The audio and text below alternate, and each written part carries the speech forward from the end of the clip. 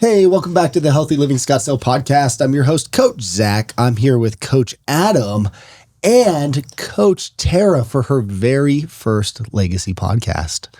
How are you doing? I'm doing well. Never been on a podcast before. Never in my life. Do you feel nervous right now? A little bit, but not too much. There's 80 people that are going to listen to this.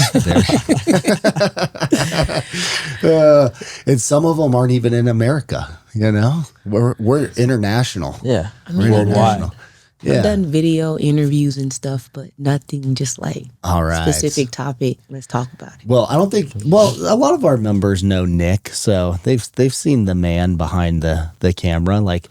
He makes us sound smart because, believe it or not, we do actually mess some stuff up on these episodes. Sometimes we just let it roll, but sometimes if it's real bad, he'll go in and he'll edit it out, which is kind of cool. So no pressure, Terra, no pressure. You'll be a natural by the end of this episode. Oh yeah.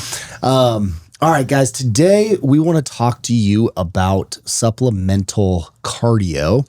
So Adam, this was actually your idea because you get a lot of questions from our members. Just saying hey, should I do cardio outside of here in addition to my workout? Should I come before? Should I stay after? They want some information about that. So we're going to just break that down for everybody.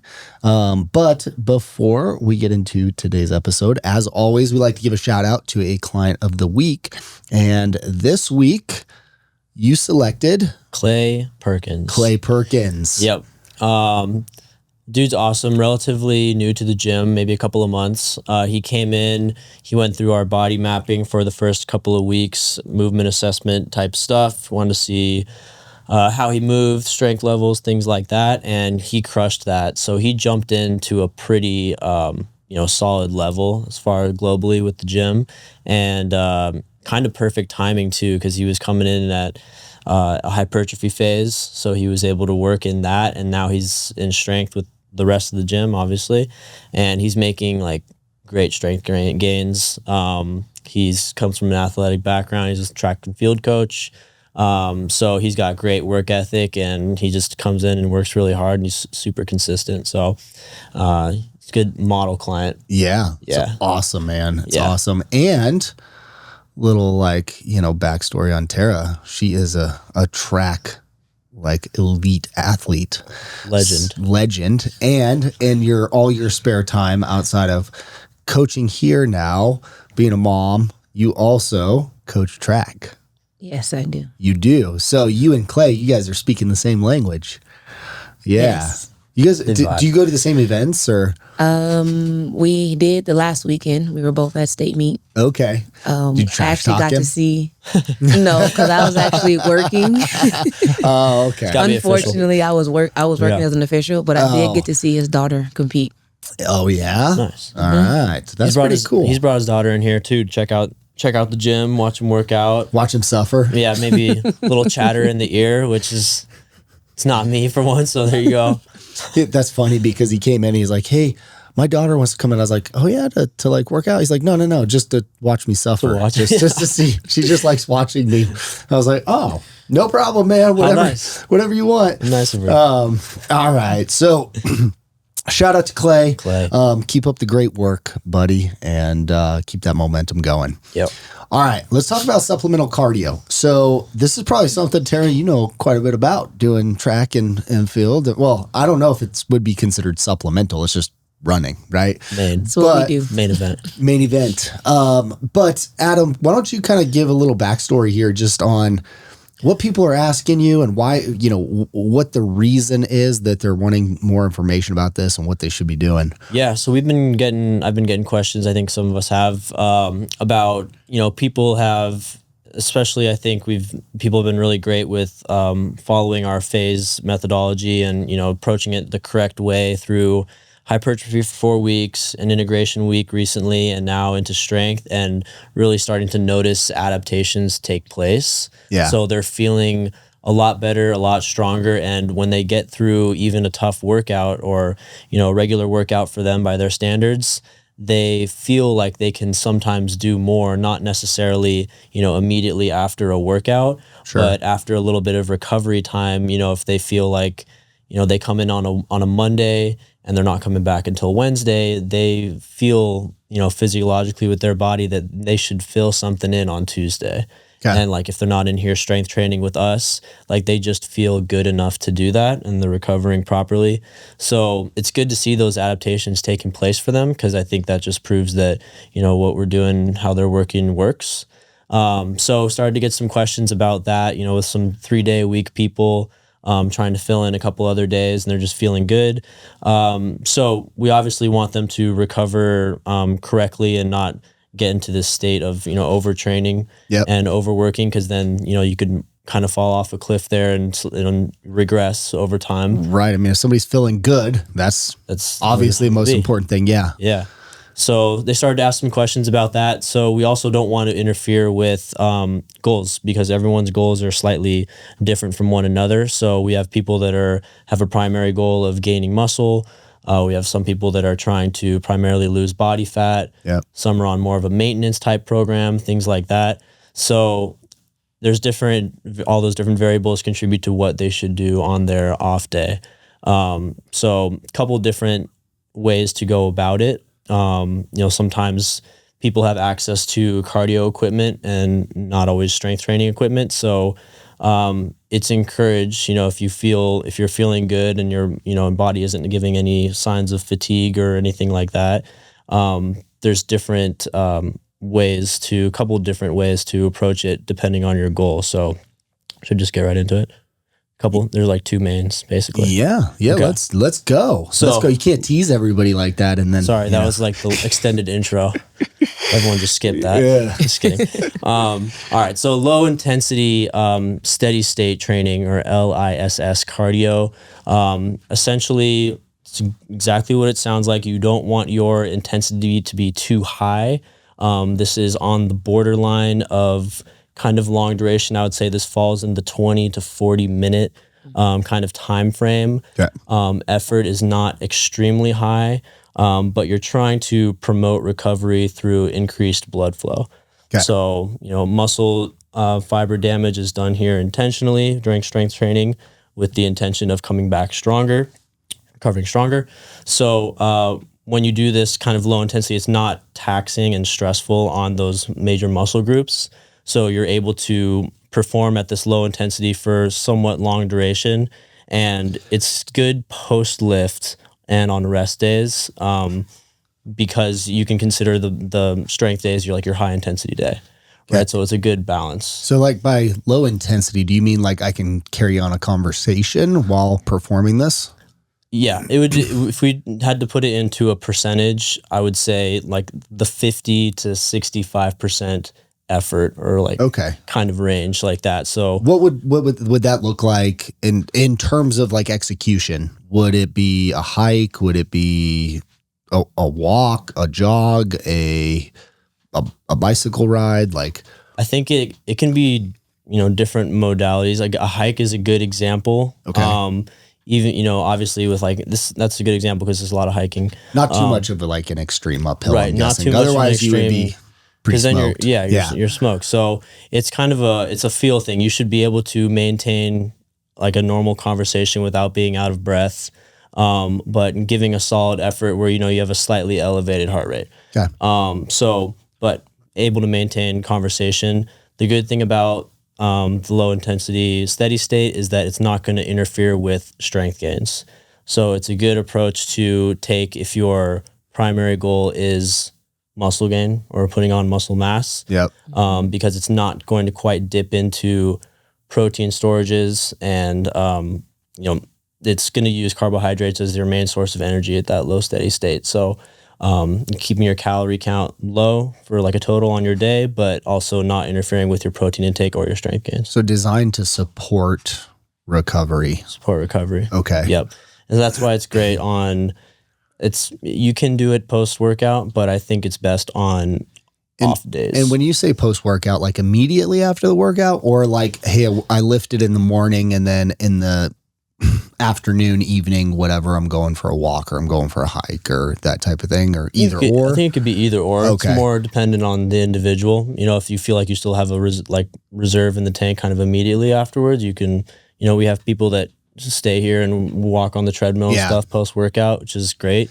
But just keeping that, sometimes you're kind of juiced up after a workout and, feeling great. So just keeping in mind that your effort level really shouldn't pass that like 65% kind of threshold. You want to be able to talk to somebody if they're right next to you on the treadmill. But yeah, increasing the blood flow back to the muscles that you just intentionally. And I mean, if somebody's going to lift for 45 to 55 minutes, and then they're going to do like a longer term zone 2 cardio like this, they if it's going to be like a 40-minute thing, you want to have some fuel in between that too. So, even after your lift session, maybe you're taking 10-minute break, you're having a protein shake or getting some amino acids, some electrolytes, something like that.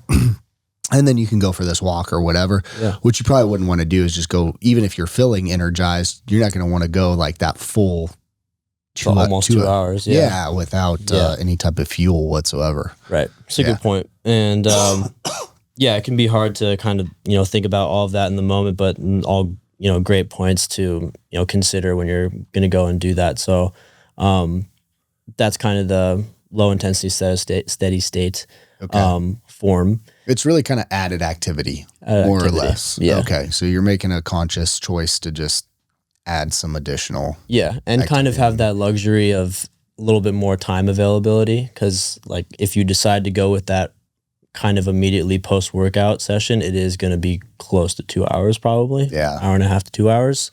Where on the other hand, there's this second option we're going to talk about, a little more time efficient, but much different approach. Okay. Terra, do you have anything to add about just kind of this modality of supplemental cardio? I agree with everything Adam said. Like the one thing that what was mentioned, but I like calling it the talking pace. Like you said, you should be able to hold the conversation. We're not going to be too strenuous, but just enough to move. It is used more for that recovery, not necessarily for the workout itself, but getting the blood flowing, getting all that quote unquote junk that was just created in the muscle from the workout, getting the blood flowing to get that flushed out, getting ready for your next workout. Yeah. And I think a lot of people don't necessarily understand that like your heart pumps blood through your system. Your muscle contraction pumps lymph through your system. So, which plays a vital role. Everybody knows your lymph system is kind of like immunity system, but when we break down muscle tissue in a workout, that's creating like what you're saying, some, I guess, chemical, what's the word I'm looking for? Byproducts. Thank you. That your lymph system then has to go in and clear out. And so for somebody that maybe is even newer and they're starting a workout program and they're, like sore, it's like inflammation process. Yeah. We're always suggesting to that person like, hey, if you're not coming in tomorrow, make sure that you get out, you walk, because you're going to immediately start to feel better. That way we can kind of flush our system. Yeah. The other thing is like, if you're somebody that goes to the gym regularly and maybe you have a significant other that doesn't, and you're trying to be a positive influence on them, like this is a great way for you to continue your training program. And then also, hey, let's go for a walk in the evening and, spend some time with them and, no phones, disconnect, but like it's benefiting you and, you're getting somebody to participate and share in that with you. Yeah. So. All right. Balance. Next. Okay. Option 2, high intensity interval training, HIIT, as the kids call it. No, I'm just kidding, as everyone calls it. So this is a little bit more basically opposite from what we just discussed. Goal here is high intensity. So it's time efficient because it's quick, it's fast. It's usually right after the workout. Goals here, boost metabolism mainly. It's going to aid with some recovery, but boosting metabolism and like your metabolic rate post workout, preserving that muscle gain or strength gains while still promoting fat loss and burning some extra calories, things like that. But these are quick bursts of spikes in heart rate. So it's a quick spike with a quick recovery. So there's research done that, it can be more beneficial to cardiovascular health to spike and recover at quicker rates than sometimes do long duration cardio. Just being able to put your heart under that stress and then have it recover quickly. So that's where we see the jumps in like a high zone, like jumping up to a high working zone, coming back down, and having that kind of recover down to like a resting heart rate, however fast that happens for somebody, could be a good indication of, their cardiovascular health. We're looking for a relatively quick and steady descent in that heart rate. So examples of this would be bike sprints, battle ropes, ball slams, things that you see in the gym. Versa climber, my favorite interval. Versa. My favorite HIIT equipment. So, things like that. So it's just a lot different.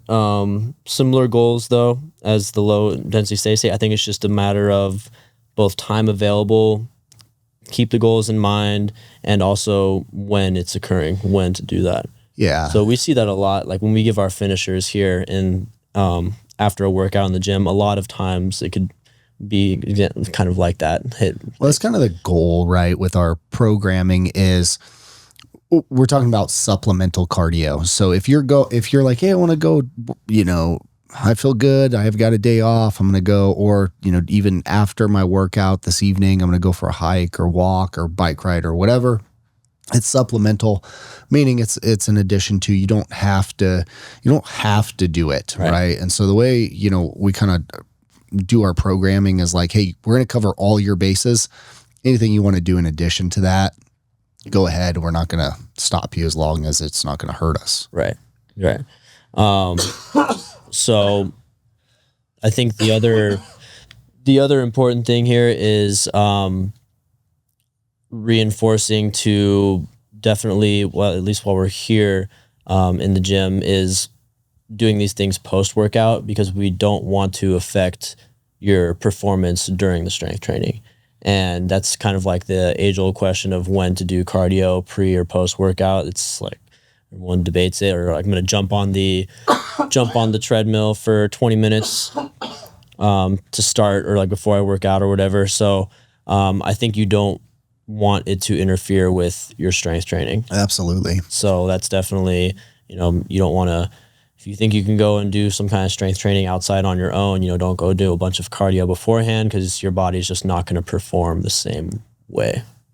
And we did a great episode several weeks ago. You could go back and listen to that on HIIT training, what HIIT is and what it isn't, which will help kind of give you some format and some structure around that as well. Yeah. So those are really the main two. The what to avoid, I think, if strength gain is the goal and muscle mass gain is the goal, is both long duration and high intensity combined. So going on, multiple mile runs where you're giving a hard effort for most of it, like pushing yourself essentially to the brink for a long duration, it's going to impair recovery and muscle growth. And it's not really going to help with fat loss either. And that's usually why people are doing it, right? Yeah. So if anything, it could cause you to retain body fat. Right. It's like that rate of perceived exertion, like I'm going to go hard for as long as I can. It must be working better than everything else. So if your goal is, if you're asking the question like supplemental cardio, if your goal is fat loss, there's probably a better way. Yeah. So that's it. It really falls into those two categories for either post-workout or on rest days. So that's how you would incorporate them. Cool. All right, guys, that's all we got. We'll be back next week with more great stuff.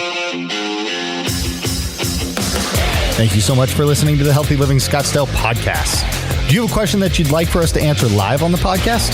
If so, all you need to do is head over to the Apple Podcast app on your iPhone and do 3 simple things. First, leave us a rating and review telling me what you think of the podcast. In that review, ask anything you want related to health, fitness, or nutrition. And if you want a shout out, leave us your Instagram handle or name. That's all you have to do. Then listen to hear your questions answered live on the next Q&A episode.